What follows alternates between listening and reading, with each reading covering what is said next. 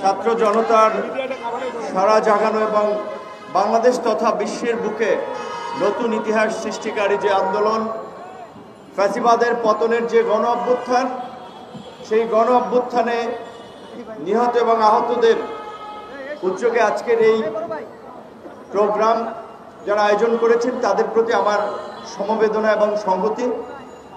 শহীদুল ভাই যেমনভাবে বলছিলেন যে আজকে এই পরিবর্তিত বাংলাদেশ পেয়েছি আমরা, 5 মাস ওভার হয়েছে, প্রায় 5.5 মাস হতে যাচ্ছে। সেখানে আহতরা রাস্তায় দাঁড়াবে তাদের চিকিৎসার জন্য কিংবা তাদের সহায়তার জন্য, আহতদের পরিবার, আহতরা, নিহতরা, এটা আমাদের কাছে কাম্য ছিল না। দুঃখজনক যে এরকম একটা রেসপন্সিবল সরকার, আমাদের সমর্থিত সরকার, কারণ আমাদের আন্দোলনের ফলেই তো এই সরকার গঠিত হয়েছে, এবং এই সরকারকে আমরা সহযোগিতা করছি। যতদিন তারা দায়িত্বে আছে ততদিন করে যেতে হবে, দেশের স্বার্থে, আমাদের স্বার্থে। কারণ দেশকে ভালো রাখতে হলে এই সরকারকে সমর্থন করতে হবে। আমাদের নিজেদের ভালোর জন্য এই সরকারকে আরো কিছুদিন সরকারে রাখতে হবে। সেখানে আমাদের প্রত্যাশা যে সরকার ছোট ছোট কিছু জায়গায় তাৎক্ষণিক ভূমিকা নিবে, তড়িৎ অ্যাকশন নিবে, সেটি কিন্তু আমরা দেখতে পাচ্ছি না। আজকে এই 5.5 মাসেও কেন আহতদের এখনো চিকিৎসার জন্য এর কাছে যেতে হবে, ওর কাছে যেতে হবে, নিহত কিংবা আহতদের সহযোগিতার জন্য দাঁড়ে দাঁড়ে ঘুরতে হবে। এবং সবচেয়ে দুঃখজনক যে যেই ছাত্র তরুণদেরকে নিয়ে সবাই অহংকার করে, গর্ব করে, আমাদের সেই ছাত্র তরুণরাই কিন্তু জুলাই ফাউন্ডেশনের পরিচালনার দায়িত্বে আছেন।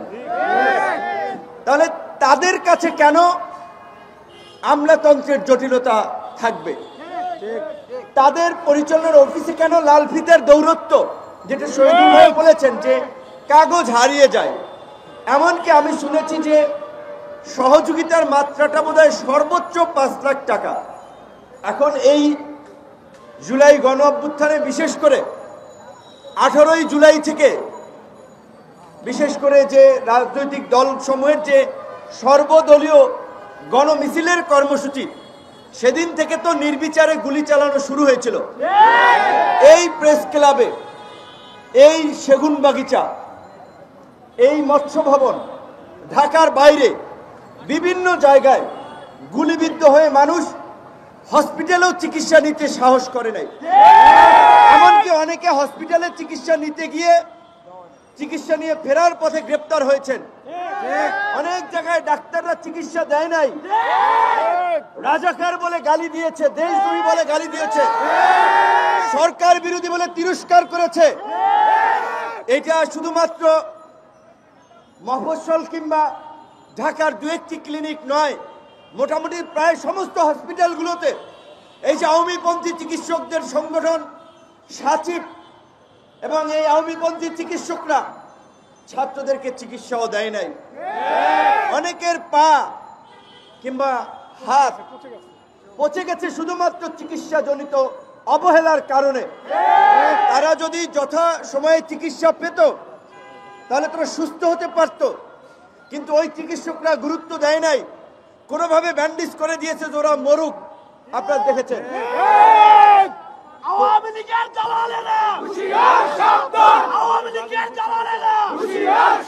এই সরকারের বারবার আমরা বলে আসছিলাম, প্রথম এবং প্রধানতম কাজ হওয়া উচিত ছিল আহতদের খুঁজে খুঁজে বের করে সুচিকিৎসা নিশ্চিত করা, এবং তারা এতদিন যেভাবে চিকিৎসা নিয়েছে তার একটা ক্ষতিপূরণ দেওয়া।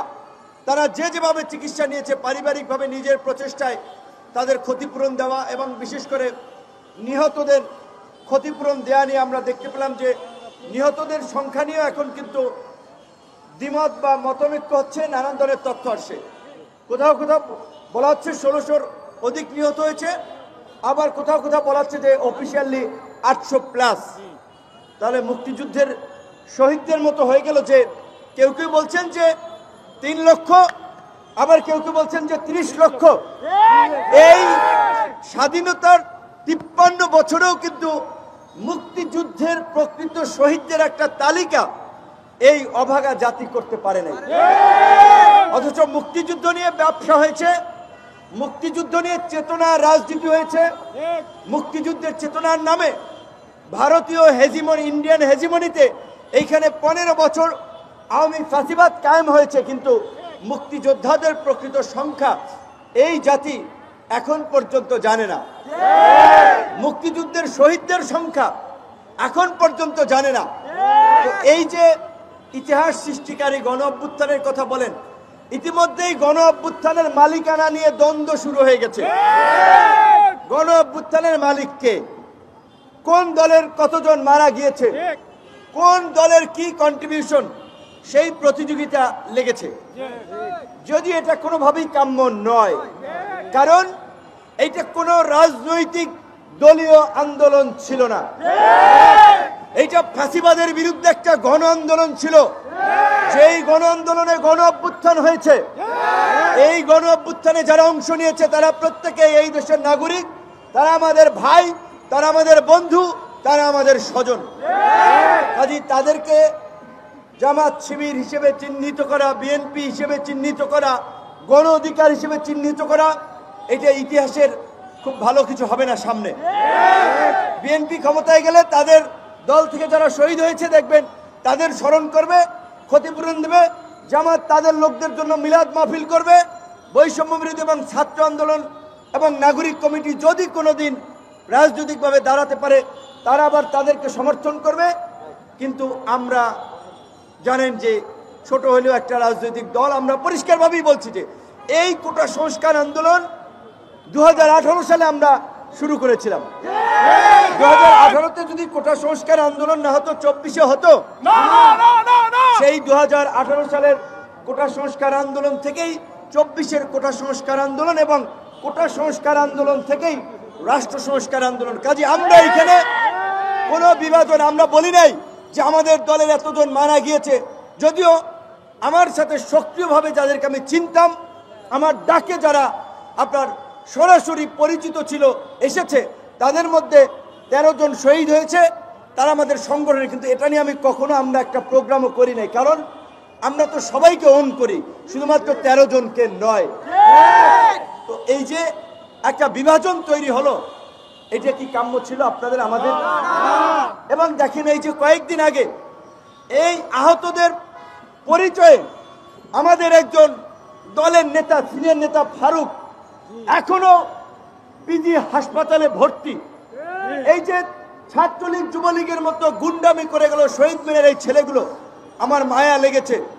ওরা নাকি অসুস্থ, আমি জানি না আসলে প্রকৃত অর্থে ওরা অসুস্থ কিনা, কিন্তু এই যে ছুরি দিয়ে কপালে পোঁচ দিল, পা ভাঙলো, এখনো প্লাস্টার করে পিজি হাসপাতালে।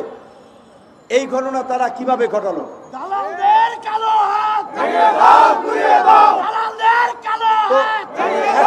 এখানে আমার কাছে মনে হচ্ছিল যে আহতদেরকে মুখোমুখি দাঁড় করিয়ে দিচ্ছে, কারণ স্বাভাবিকভাবে আমরা 24 ঘন্টার আলটিমেটাম দিয়েছিলাম শহীদ মিনার হামলাকারী সন্ত্রাসীদের গ্রেপ্তার করতে হবে। পুলিশ 2 জনকে গ্রেপ্তার করেছিল, কিন্তু এর একটা ইনভেস্টিগেশন হওয়া উচিত যে কেন তারা হামলা করলো এবং তাদেরকে কেউ উস্কে দিয়েছে কিনা। কারণ এখন যে রাজনৈতিক পরিস্থিতি খুবই অস্থির এবং অস্থিতিশীল পরিস্থিতি, সরকার, ছাত্র, বিভিন্ন রাজনৈতিক দল মুখোমুখি হয়ে যাচ্ছে। যেটা আমরা বারবার বলছিলাম, এই বিভাজন বিভক্তি কোনোভাবেই কাম্য নয়। এই গণ অভ্যুত্থানের সরকার অন্যান্য সময়ের তত্ত্বাবধায়ক সরকারের মতো 3 মাসের জন্য নির্বাচনের জন্য সরকার না। এই গণ অভ্যুত্থানের সরকার রাষ্ট্র পুনর্গঠনে, রাষ্ট্র সংস্কারে আমাদের সমর্থিত সরকার। কিন্তু দুঃখজনক 5 মাসে তাদের কর্মকাণ্ড আমাদেরকে হতাশ করেছে, অভিভূত করেছে। কিছুদিন আগে দেখলাম শতাধিক পণ্যে ভ্যাট এবং শুল্ক আরোপ করেছে নতুন করে। এমনকি রেস্টুরেন্টে খেতে যাবেন, সেখানেও 15% ভ্যাট বাড়িয়ে দিয়েছে। ট্রাকে যে ন্যায্য মূল্যের পণ্য বিক্রির ইনিশিয়েটিভ ছিল সেটি তুলে দিয়েছে।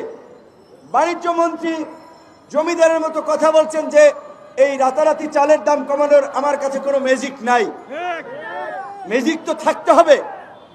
আপনি ওই দায়িত্বে বসেছেন, জনগণের চাহিদা বুঝতে হবে, জনগণের কথা শুনতে হবে। 5.5 থেকে 5 কোটি খেটে খাওয়া মানুষ, চালের দাম, তেলের দাম, জিনিসপত্রের দাম বাড়লে তাদের জীবন জীবিকায় প্রভাব পড়ে। আপনি সরকার চালাচ্ছেন, আমরা সমর্থন দিচ্ছি, তাহলে আপনার সেটা দেখতে হবে না আমার জনগণ কেমন আছে, আমার জনগণ নিত্য প্রয়োজনীয় জিনিসপত্র তার ক্রয় ক্ষমতার মধ্যে আছে কিনা। আজকে 5.5 মাস পরেও আহতরা তাদের ক্ষতিপূরণের জন্য নিহতরা রাস্তায় দাঁড়াচ্ছে। এইটা কি সরকারের দেখার দায়িত্ব না? এইটা দেখার দায়িত্ব আমার না, শহীদুল ভাইয়ের না। এটার জন্য একটা ফাউন্ডেশন করে দেওয়া হয়েছে। ফাউন্ডেশনের সাধারণ সম্পাদক বানানো হয়েছে একজন ছাত্রনেতা, আবার একই সাথে সে নাগরিক কমিটির মুখ্য সংগঠক। নাগরিক কমিটি আন্দোলনের নেতাদের একটা বড় প্ল্যাটফর্ম, এখানে অনেক কাজ আছে। এখন জুলাই ফাউন্ডেশনের দায়িত্ব পালন না করতে পারলে যে ফ্রি আছে, যে সময় দিতে পারে, যে দরদ দিয়ে কাজ করতে পারবে তাকে দায়িত্বটা দেন। দায়িত্ব নিয়ে বসে থাকলাম, কাজ করতে পারলাম না, তাহলে কি হলো?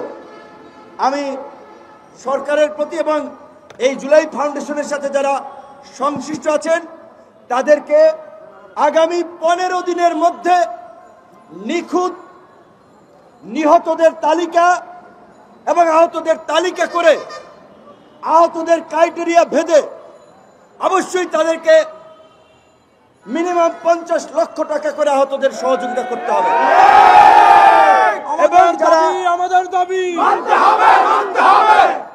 এবং যারা নিহত হয়েছে কয়জন, যদি 800 ধরেন, 1000 ধরেন, তাহলে 1000 মানুষকে 1 কোটি টাকা করে দিলে 1000 কোটি টাকা লাগবে। একজন পিকে হালদার 10,000 কোটি টাকা নিয়ে গেছিল। এক এসালম 14টা ব্যাংক খাইয়া ফেলাইছে। সালমান এফ রহমান এক জনতা ব্যাংক থেকেই প্রায় 30,000 কোটি টাকা ঋণ আপনার মৌকুব করে, তসরুপ করে সুযোগ সুবিধা নিয়েছেন। এই রকমের মাফিয়ারা তো মিনিমাম 50টা আছে, যে এই 50 মাফিয়াই প্রায় দেশের ব্যাংক থেকে, আর্থিক খাত থেকে অন্তত 2-4 লক্ষ কোটি টাকা গায়েব করে দিয়েছেন।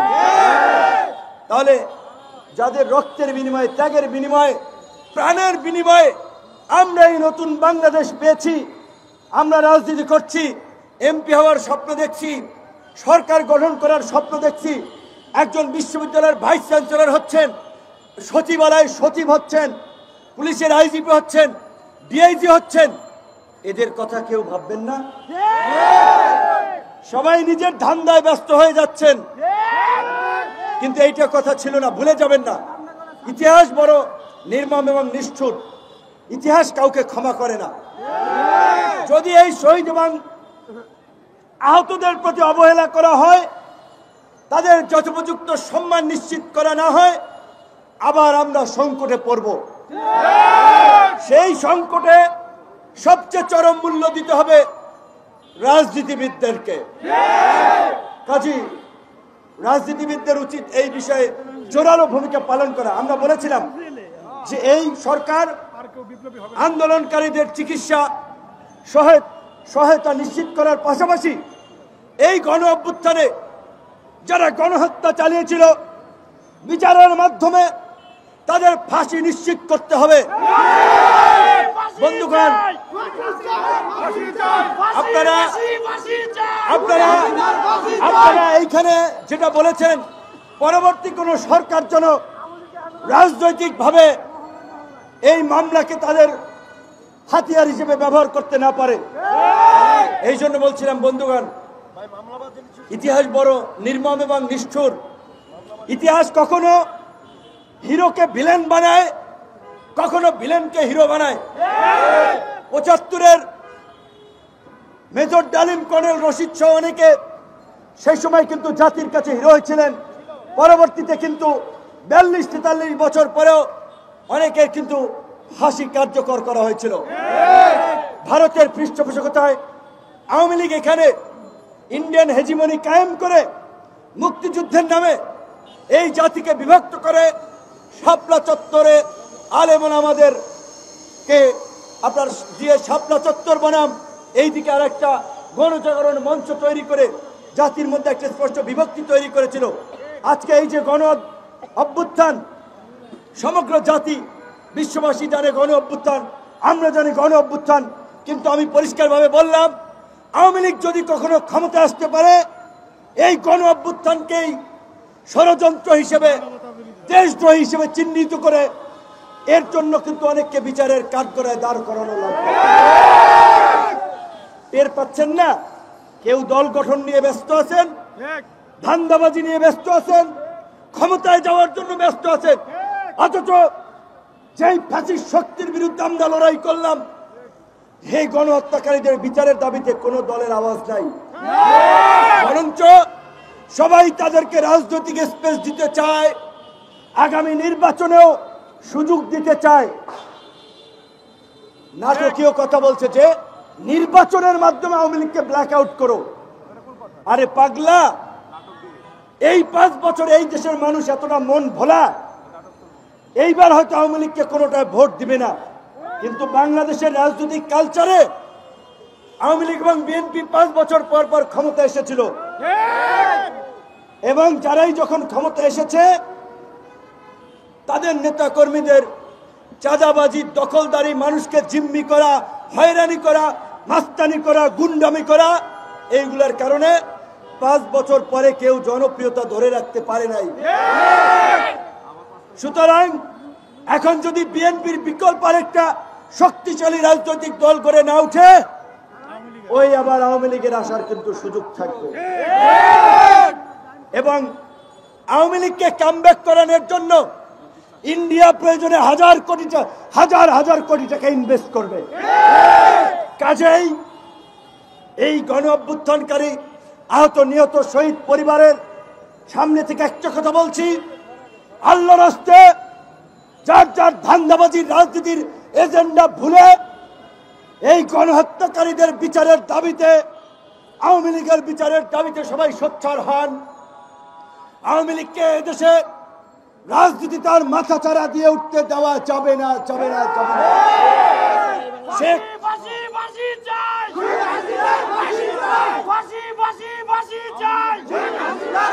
পরিষ্কার, এই গণহত্যার জন্য শেখ হাসিনা, ওবায়দুল কাদের, ছাত্রলীগ, যুবলীগের সভাপতি, সেক্রেটারি সহ শীর্ষ নেতাদের সর্বোচ্চ শাস্তি, ফাঁসি নিশ্চিত করতে হবে। আন্তর্জাতিক অপরাধ ট্রাইব্যুনালে একটা ট্রাইব্যুনাল গঠন হয়েছে, ট্রাইব্যুনাল গঠন হওয়ার দরকার ছিল অন্তত 20টা, হয়েছে একটা। কি বলবো, থুতু পরে ফালাইলে তো বুকে পড়ে। সরকারকে ন্যাংটা করতে গেলে তো নিজেরাও লজ্জিত হই, যেই কারণে অনেক কিছু বলতে পারি না। বারবার বলছিলাম এইটাকে জাতীয় সরকার করেন, আন্দোলনকারী অংশীজনদেরকে নিয়ে 2 বছরের জন্য সিল মাইরা দেন, কোন সভা সমাবেশ মিছিল মিটিং হবে না, রাষ্ট্র পুনর্গঠনে জাতীয় সরকার হবে। আপনারা করলেন না। এখন ওই শেখ সাহেবের মতো আফসোস করে বলতে হয় ভুট্টু সাহেব আমার কথা রাখলেন না, তো ইউনূস সাহেবের কানে আমাদের কথা পৌঁছালো না, এই সরকারের উপদেষ্টাদের কাছে আমাদের কথা পৌঁছালো না। এখন রাজনৈতিক দল নির্বাচনের জন্য তারা দিচ্ছে, কেউ বলছে 6 মাসের মধ্যে নির্বাচন দেন, কেউ বলছে এই বছর ডিসেম্বরের মধ্যে নির্বাচন দেন, আপনাদের ক্ষমতায় থাকার দরকার নাই। কথা যে বলছে তার পেছনে কিছু যৌক্তিকতা রয়েছে। 5 মাসে আপনারা চমক দেখাতে পারেন নাই, এই রকমের একটা এক্সপিরিয়েন্স অ্যাডভাইজারি বডি, তাদের কাছ থেকে এটা প্রত্যাশিত ছিল না। এই যে 100 শতাধিক পণ্যের যে ভ্যাট শুল্ক বাড়ালো, রোজা আসছে দেখবেন দ্রব্যমূল্যের দাম আরো বাড়বে, জনগণকে ঠেকানো যাবে না রাস্তায় নামানো থেকে। আর যারা দ্রুত নির্বাচন চায় তারা তো কাজে লাগাবেই। নির্বাচন হয়ে গেলেই কি নতুন বাংলাদেশ গড়ে উঠবে? এই সরকার যদি রাষ্ট্র সংস্কার করতে না পারে, নির্বাচিত সরকার সেভাবে পারবে না। রাজনৈতিক সরকার অনেক কিছু চিন্তা করে রাজনৈতিক স্বার্থ সুবিধার দিক থেকে, অনেককে তুষ্ট করতে গিয়ে তারা অনেক সিদ্ধান্ত নিতে পারে না, যেটা এই সরকার পারত। সরকারের প্রতি আমাদের অনুরোধ থাকবে, রাজনৈতিক দলগুলোর সাথে আলাপ আলোচনা করে দূরত্ব কমিয়ে আনুন, রাষ্ট্র সংস্কারে ঐক্যমত করুন। প্রয়োজনে এখনো সময় আছে, জাতীয় সরকার করে রাষ্ট্র সংস্কার করে জন আকাঙ্ক্ষার বাংলাদেশ বিনির্মাণে এগিয়ে চলুন। আমরা সহযোগিতা করব আপনাদের।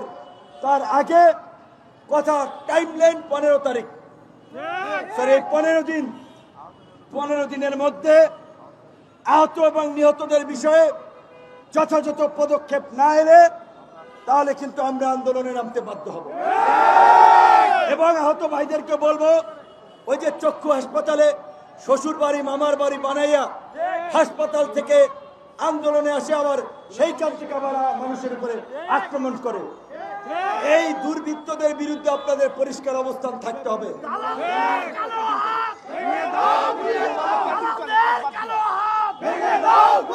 আপনাদের সকলের সুস্বাস্থ্য উজ্জ্বল ভবিষ্যৎ কামনা করি। কথা অনেক বলার আছে, বলতে পারি, সেটা তো আপনারা দেখেছেন।